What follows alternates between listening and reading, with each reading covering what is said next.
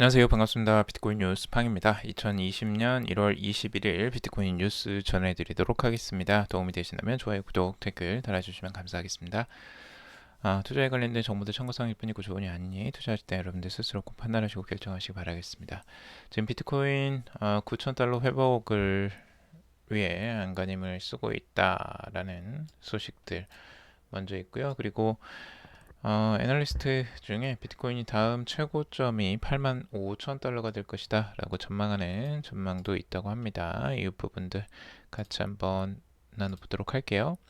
그리고 비트코인의 SV가 랠리가 재개되어서 300달러를 돌파했는데 이게 이제 어떤 이유 때문에 그런 것인지 이유들이 이제 몇 가지가 있는데요. 같이 한번 보도록 하고요. 그리고 비트코인 애널리스트 지금 비트코인이 하락해도 불구하고 긍정적으로 바라보는 전망들이 아직까지 많이 있습니다. 그리고 이더리움과 XRP 등 알트코인들이 상승을 위한 완벽한 매물대를 돌파했다라는 기사도 있고요. 그리고 지금 정부에서 암호화폐에 로또와 강연료 같은 기타 소득세를 부과하는 검토를 하고 있다고 합니다. 이 부분들 자세히 한번 이야기 나눠보도록 하겠습니다. 자, 우선은 비트코인 가격 전망들 같이 한번 살펴볼 건데요. 먼저 지금 현재 9,200달러 저항을 넘지 못하고 지금 8,400달러 선 지지선 아래로 떨어졌는데 지금 이제 8,400달러를 지키고 있죠. 지금 현재까지는. 그래서 앞으로 어떻게 흘러갈 것이냐에 대한 전망인데요. 우선 USBTC 같은 경우는 비트코인 가격이 8,500달러 지지선 이상에서 머물면 상승 추세로 전환할 가능성이 높다라고 하고 있습니다. 첫 번째 저항선인 8,800달러를 넘으면 9,200달러와 9,500달러 저항선까지 상승할 수 있다라고 보고 있고요. 반면에 8,500달러 지지선 이하로 하락할 경우에 8,000달러 지지선까지 후퇴할 수 있다라고 진단을 하고 있습니다. 그리고 암호화폐 트레이더인 이제 크립토머 같은 경우는 비트코인의 주요 지표가 중요 지지선을 유지하고 있다라고 바라보고 있습니다.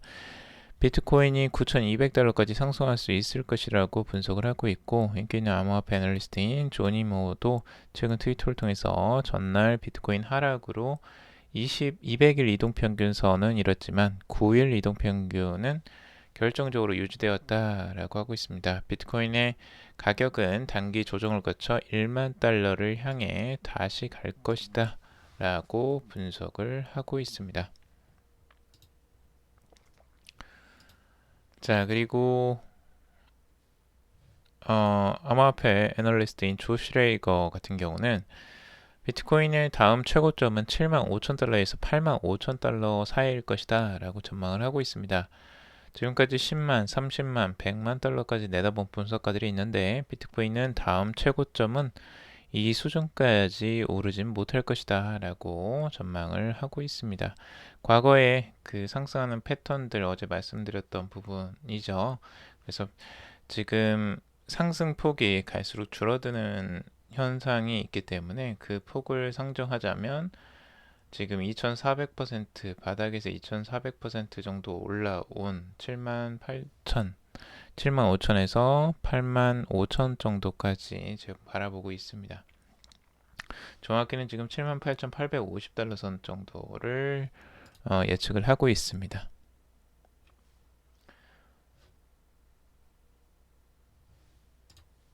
자, 그리고 비트코인 가격 전망들 지금 8,461달러 선을 저항할 그 지지를 받을 것으로 전망을 하고 있는데요. 지금 유리브시코 같은 경우는 8,461달러 선에서 강력한 지지선이 있기 때문에 이 지지를 받고 올라갈 가능성을 지금 염두에 두고 있습니다. 그래서 위쪽에 9,197달러 선 지금 전 고점까지 같이 상승할 수 있다라고 이렇게 단기적으로 전망을 하고 있고요. 여기가 강력한 지지선이 될지는 한번 지켜봐야 될 것 같아요. 지금도 많이 테스트를 지금 거치고 있는 상황이라 지지를 받으면 좋지만 만약 지지를 받지 못한다면 추가적인 하락세도 염두를 해둬야 됩니다. 자, 그리고 트레이딩 알케미스트 같은 경우는 이 스트롱 서포트 레벨을 8,340달러 선으로 보고 있습니다. 그래서 여기 이제 9,114달러 선하고 9,573달러 선을 이제 강력한 저항선으로 또 바라보고 있는데요. 지금 이제 저항을 맞고 내려온 상태에서 8,340달러 선을 지지를 받느냐, 이걸 이제 중요하게 생각을 하고 있습니다. 자, 그리고 중요한 서포트 라인 중에 하나를 과거부터 지금 현재까지 이렇게 중앙을 관통하는 이 라인이 있습니다. 이 라인을 이제 중요한 라인으로 바라보고 있는데, 이 라인도 이제 중요하게 저항을 받고 지지를 받았던 이 구간이기 때문에 여기서 지지를 받느냐도 이제 중요하게 생각을 하고 있죠. 그래서 지금 현재 8,300에서 400달러 선을 중요한 지지선이라고 생각하는 분석입니다.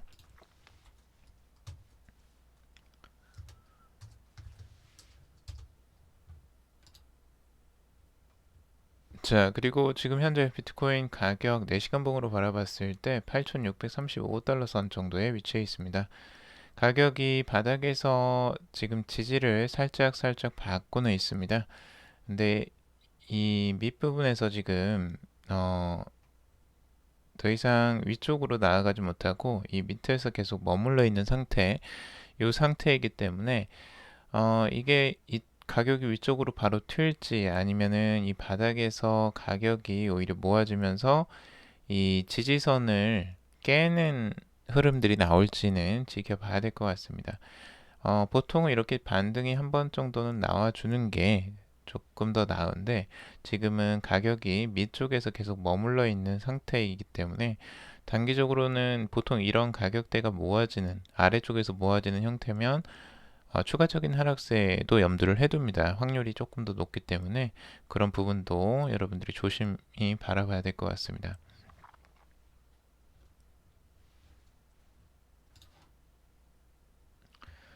자, 그리고 일봉상으로 보더라도 지금 위쪽에 200일 이동평균선 저항을 맞고 내려온 상황이고, 아래쪽에도 이제 100일 이동평균선이 위치해 있죠. 그래서 이 중앙에서 지금 가격이 모아지는 형태들 보여주고 있고, 상승폭에 비해서 큰 조정이 나오지는 않았습니다. 다행히도. 그래서 위쪽에서 어느 정도 이제 조정을 마무리할지 아니면 추가적인 조정세가 더 나올지는 시간을 두고 한번 지켜봐야 되겠지만, 지금까지 흐름은 그렇게 나쁘지는 않습니다. 괜찮은 흐름들을 지금까지는 보여주고 있다라고 할 수가 있습니다.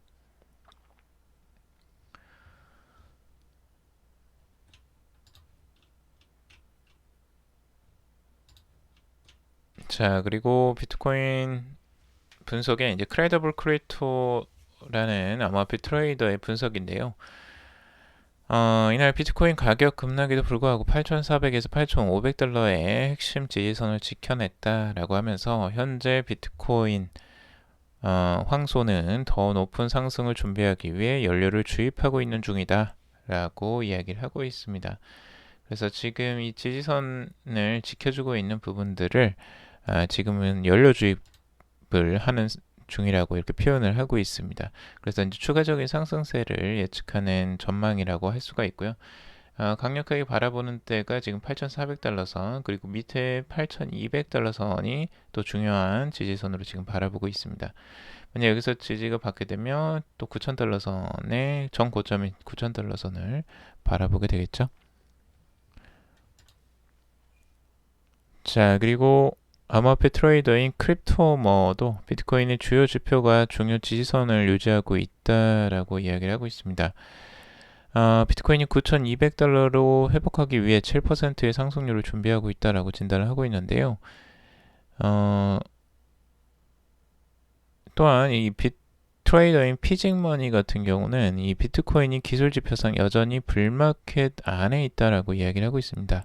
이전 최고치인 14,000달러까지 상승할 수 있을 것이다 라고 전망을 하고 있는데, 가격의 지표 중에 하나가 뭐 웨일즈, 그러니까 이제 고래들의 움직임을 이제 보는 지표를 통해서 여기서 이제 불마켓과 베어마켓을 구분하고 있고, 불마켓의 안에 있으면 이제 상승의 추세가 좀 더 강하다라고 예측을 하고 있어요. 그래서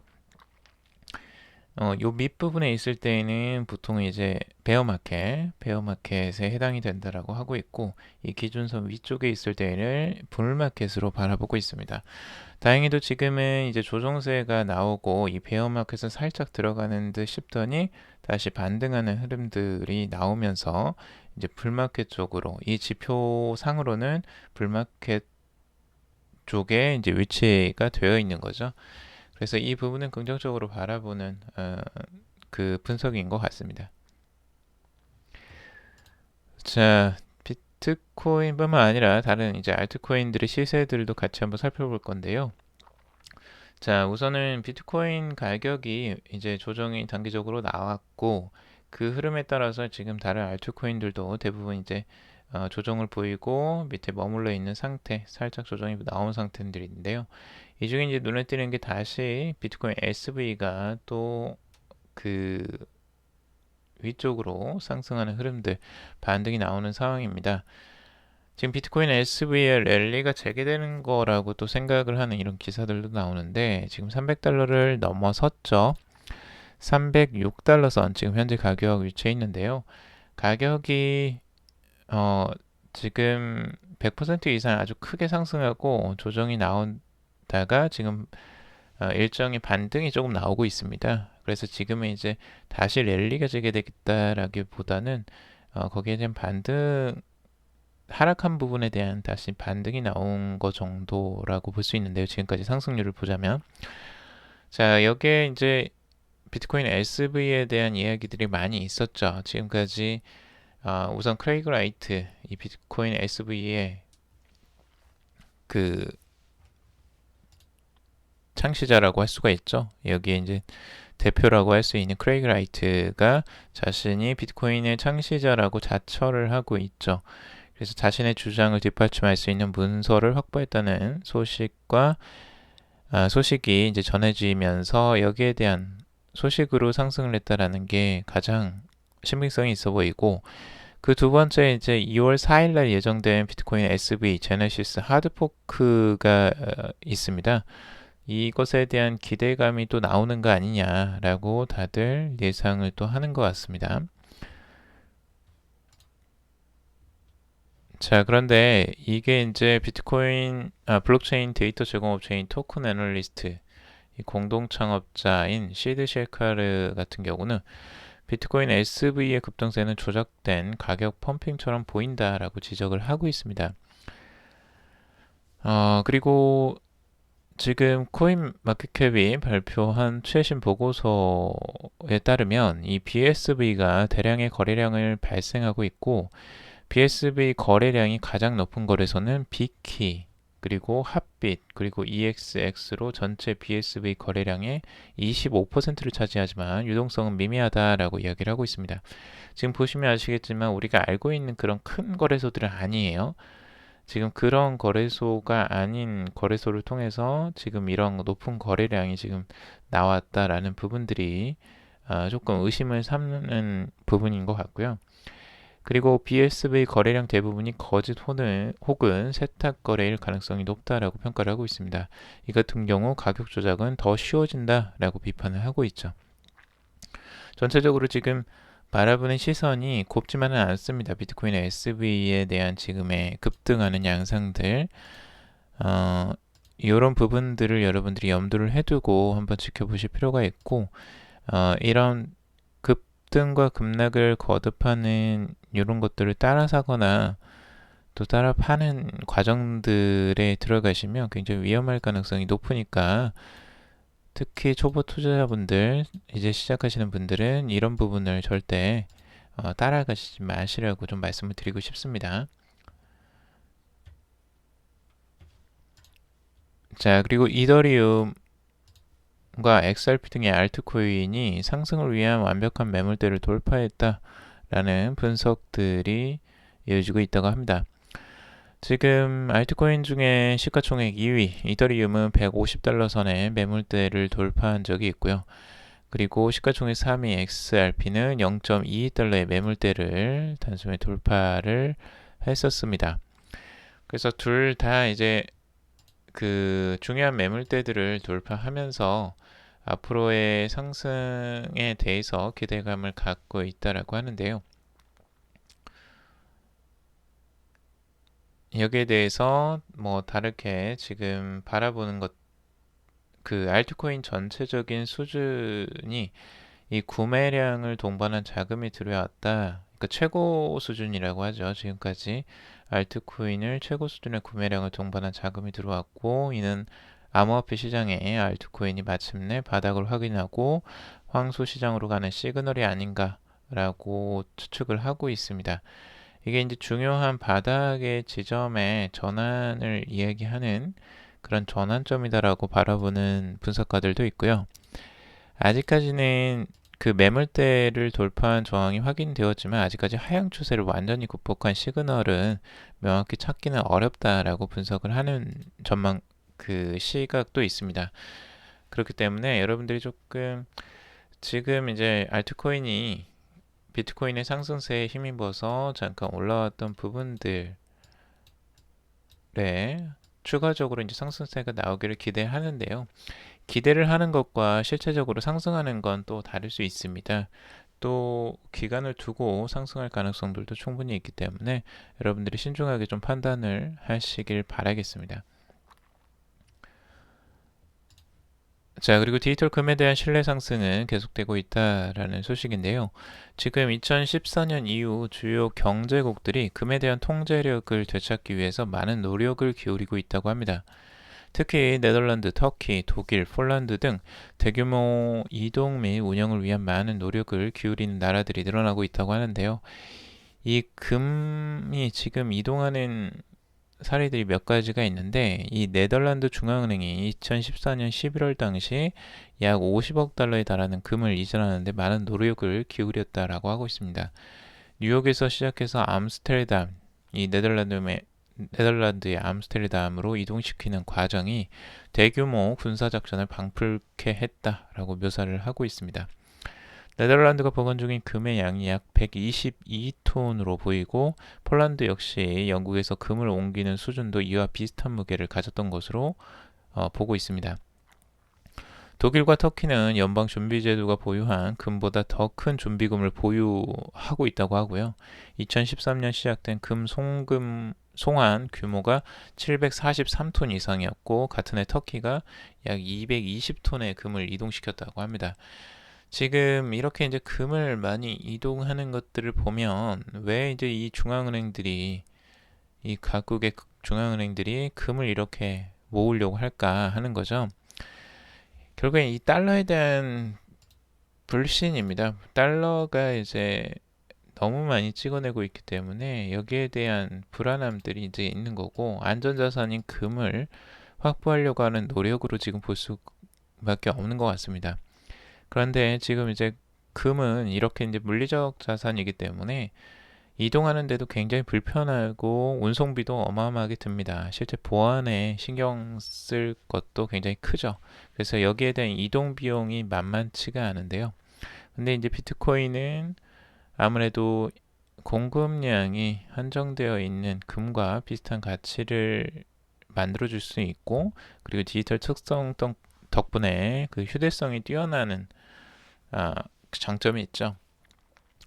자, 이런 장점들 때문에 이제 암호화폐인 비트코인이 디지털 금의 역할을 하지 않겠느냐라고 이제 많이들 전망을 하고 있는데요. 아직까지 그것에 대한 의의도 많이 제기가 됐고 반박도 많이 있습니다. 그래서 진짜 디지털 금이 될 수 있을지는 시간이 지나봐야지 좀 알 수 있을 것 같습니다. 아직까지 이제 나온 지 11년 정도 되는데, 추가적으로 금의 지금 시간에 비하면 정말 적은 시간이기 때문에요. 앞으로도 이게 정말 개선이 되고 비트코인이 그 역할을 할 수 있을지는 추가적으로 시간이 좀 더 필요해 보이긴 합니다. 자, 그리고 정부, 암호화폐, 로또, 강연료와 같은 기타 소득세 부과를 검토하고 있다라는 소식입니다. 지금 정부가 비트코인 등 암호화폐로 얻은 소득을 복권이나 그 강연료 같은 일시적인 기타 소득으로 간주해서 20%의 세율을 적용할 가능성이 있다라는 전망을 제기했습니다. 여기에 따르면 지금 기획재정부 세제과에서 이 소득税세과로 이제 변경이 됐다고 하는데요. 이게 결국에는 무슨 얘기냐면 양도소득이냐 이제 기타 소득이냐로 이제 구분을 하는 겁니다. 암호화폐 소득을 양도소득으로 보게 되면 그 우리가 생각하는 그것과 비슷하다고 봅니다.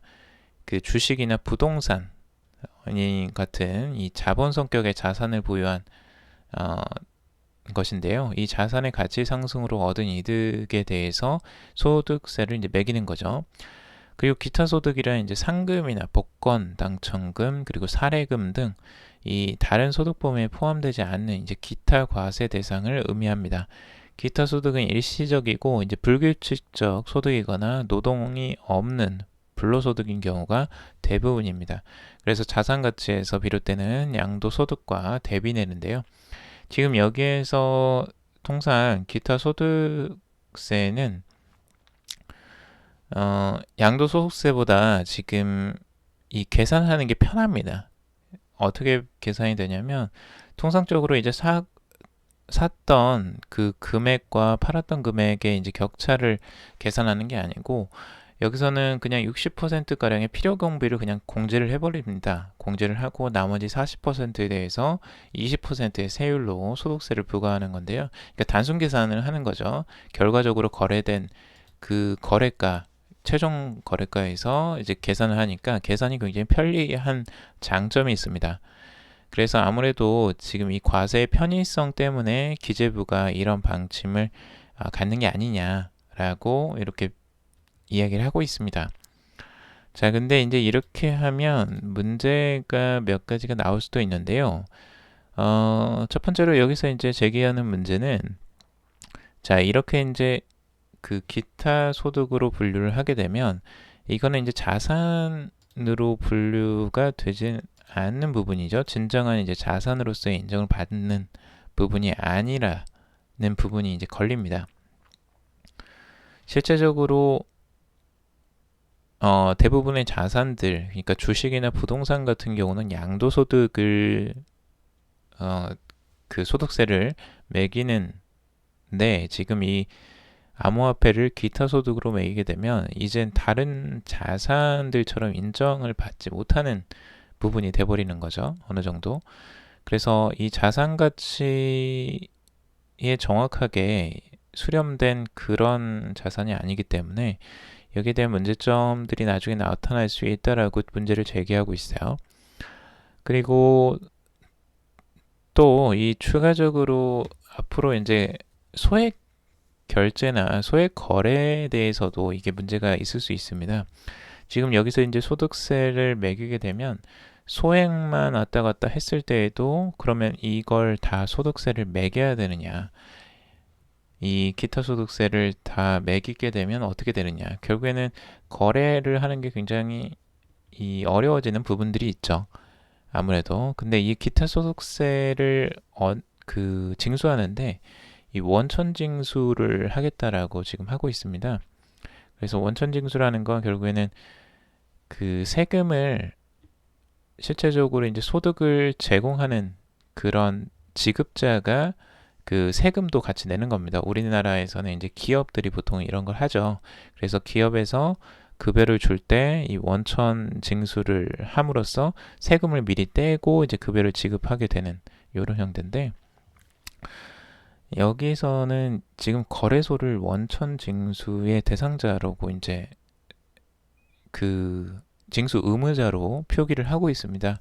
그래서 여기에 대한 그 논란도 이어질 전망인데 아무래도 제가 보기에는 이 세금을 매기는데 많이 논란은 있을 것으로 보여집니다. 아직까지 명확한 틀이 잡혀 있지는 않기 때문에 서로도 갑론을박이 많이 일어날 것으로 보여지고 근데 이거는 또 어쩔 수 없는 과정이라고도 생각이 들어요.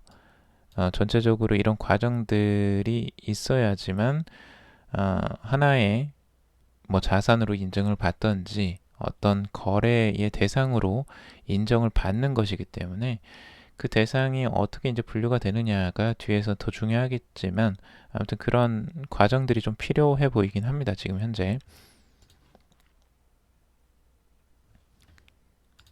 자, 그리고 리서치에서 코인베이스가 작년 최다 인수합병 전략 투자 기업이었다라고 하고 있습니다. 지금 작년에 인수합병이 이제 많이 일어났다고 하는데요. 암호화폐 거래소 코인베이스와 크라켄이 각각 13개와 8개 기업을 몰타 소재 바이낸스는 4개 업체를 인수를 했다라는 소식입니다. 인수합병 기업 중에 44%가 분석 기술 그리고 블록 익서플로러를 제공하는 데이터 서비스 부분에 해당이 됐다고 하고요. 그리고 거래소와 커스터디 월렛 서비스 부분은 각각 20%, 그리고 투자 중개 등 금융 서비스 부분이 16%를 차지했다고 합니다.